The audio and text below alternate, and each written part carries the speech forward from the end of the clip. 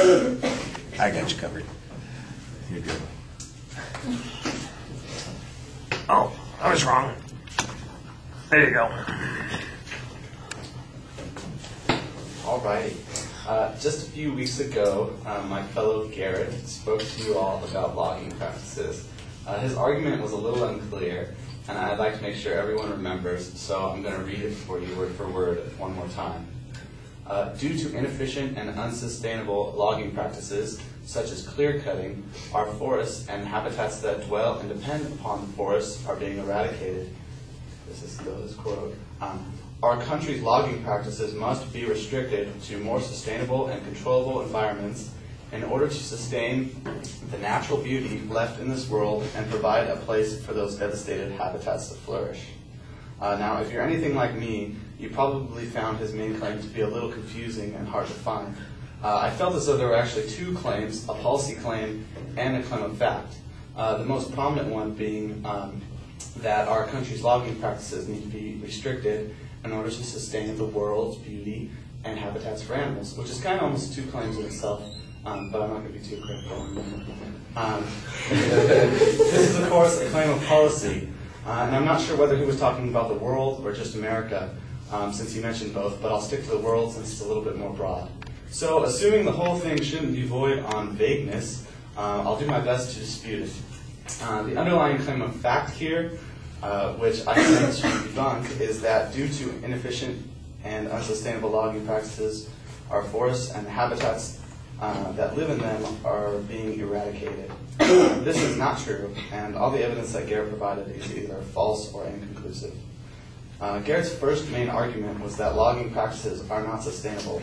Now, he tried to scare everyone a little bit and get you all to pity the trees by talking about the big machinery and how the trees are selected, none of which really has anything to do with the sustainability of logging. This is because he was hiding the real numbers. The New York Times estimated in an article in 2009 that for every acre of forest that was cut down, over 50 acres of new forests were reaching fruition in places that had been logged decades ago. The forest contained bugs and monkeys and all the things that existed in them at one time, and they're complete forests. And the fact that they're replenishing faster than we consume them shows that logging is not only quite sustainable, but it's also quite efficient. I came up with this little analogy. Imagine a chubby kid at a Krispy Kreme factory. Okay, he sits at the end of the conveyor belt, and our chubby kid can eat 2 donuts a minute, but the conveyor belt spits out 60. Does Krispy Kreme really need to worry that all their donuts will be eaten? No. And does Chubby need to worry about a shortage of donuts? No, he doesn't.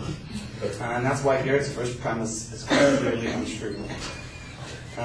Garrett also brought to your attention how logging companies have made steps towards helping increase the growth ratios by ensuring that saplings are not damaged or killed in the logging process. Now, he tried to put it down and try to make it seem like it wasn't enough. And he claimed that removing the canopy above the sapling exposes them to, quote, anything that could hinder their growth. If exposure to sun inhibits tree growth in the forest, then things have really changed since I took biology last quarter. It's well known that saplings in the forest grow slowly because they are underneath the canopy of trees, and they actually grow much faster with direct sunlight. Now, a little bit of research on Garrett's part would have turned that up, but I couldn't find any of his sources, so I'm not sure where he was looking. It is wrong of him to showcase such practices as not enough when clearly it isn't even necessary to maintain forests. Garrett's last premise was that removing the trees damages the local biome.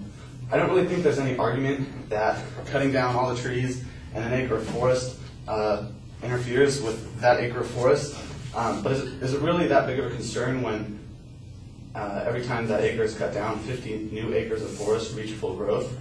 Every argument that Garrett presented is really weakened by the statistic I presented from the New York Times. The fact that these forests are growing faster than we consume them proves Garrett's claim wrong.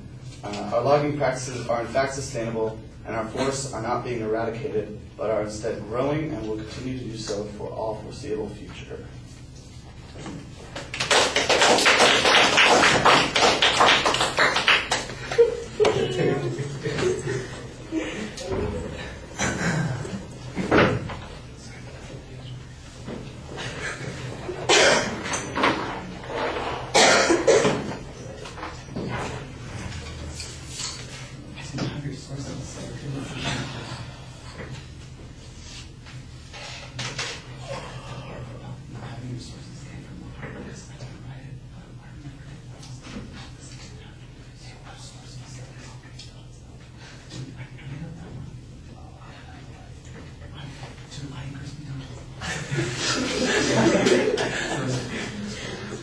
Well, I kind of like the reference to your fellow Garrett in the introduction. It sets the tone for the rest of the speech, which is going to be kind of avuncular and friendly, while at the same time being sarcastic and cutting.